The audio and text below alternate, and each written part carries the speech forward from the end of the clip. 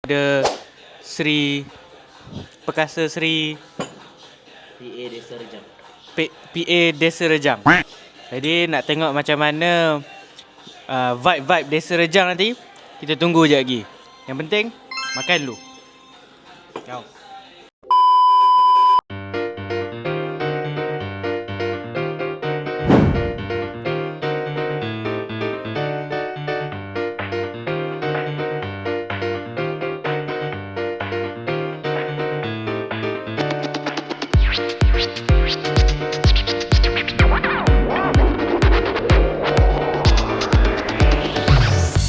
Assalamualaikum semua. So kita di Bengkel Klik siri yang ke-10 bersama remaja.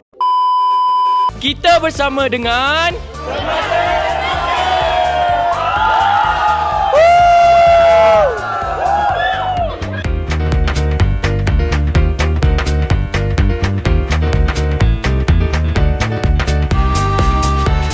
hari ini sangat gembira lah sebab saya dapat belajar cara nak cek maklumat sama ada betul atau tidak, dan itu sajalah. So far bagi saya program ni berjalan dengan lancar. Apa yang abang-abang tu semua ajar saya dah faham tentang scam ni apa semua. So saya ada dapat ilmu sikit lah untuk hari ni.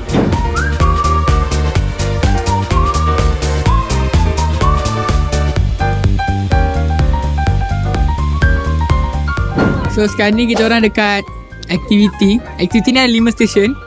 Kita kena pergi satu-satu stesen and bagi tahu tu real or fake. Tu kita orang dapat buat semua benda ni. Tak tahulah betul ke tak, tapi kita orang confident.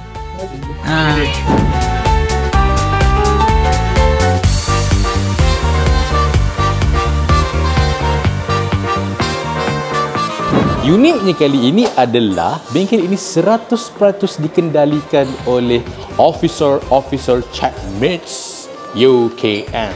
Saya, walaupun saya datang kat sini, saya hanyalah sekadar pemantau, hanya duduk di belakang dan melihat sejauh mana mereka boleh memberikan kerjasama dan juga komitmen, dan bagaimana tim checkmates kita menghandle atau mengendalikan bengkel ini.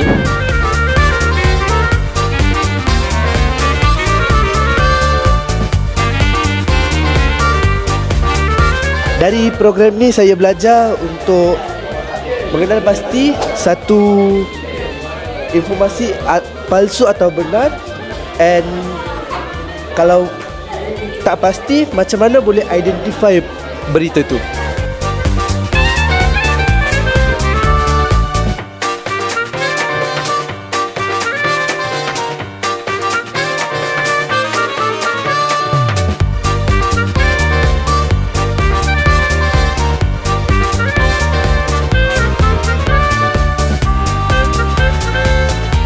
Rasa ragu-ragu?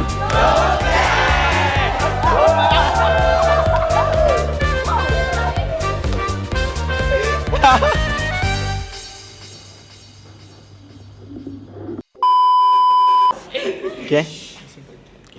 Jangan.